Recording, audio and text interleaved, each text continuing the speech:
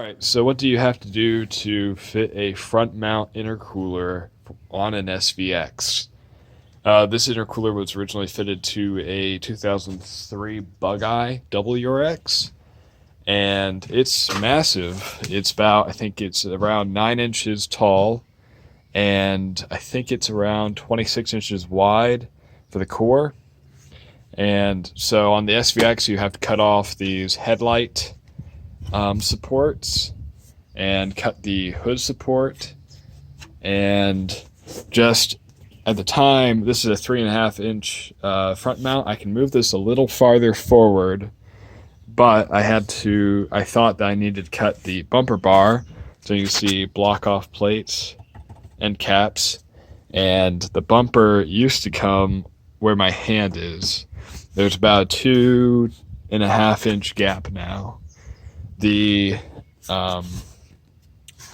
actual supports for the front end just barely miss the intercooler 2.5-inch tubing at the bottom end, and that's part of the reason why it's so far back. On this intercooler, there was luckily a welded on, bolted on section, so I could bolt on the hood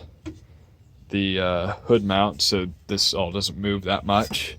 So it's pretty well supported, and it's supported from behind down in between the radiator.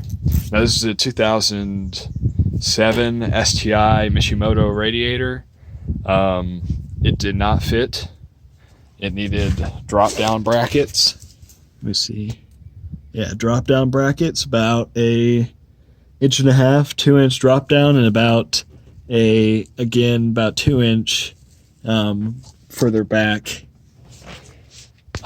Now, that's not a big deal. So this just eliminates the SVX's kind of crappy radiator that it had, and gives me a little peace of mind with the intended power goals of the motor that I'm putting in. Everything else is wired up. WRX, and it's got a WRX brake booster and master cylinder, and it's got a clutch cylinder, master cylinder right there from a WRX. That required a lot of cutting the firewall. Everything that you see with black is where I cut the firewall to put in the new wiring. It's got new fuel lines and new rear brake lines, and there's your ABS pump. That thing is still a mess to clean up. And then to fit this intercooler for the WRX kit, you just need to notch this frame or this sheet metal back just a small amount from this hole. And then there's not much else. You run it like every other WRX kit. Notch this, I guess this is a wind tray or wind deflector, I'm not sure. So, yep, there's a lot going on here. That's a little too much going on.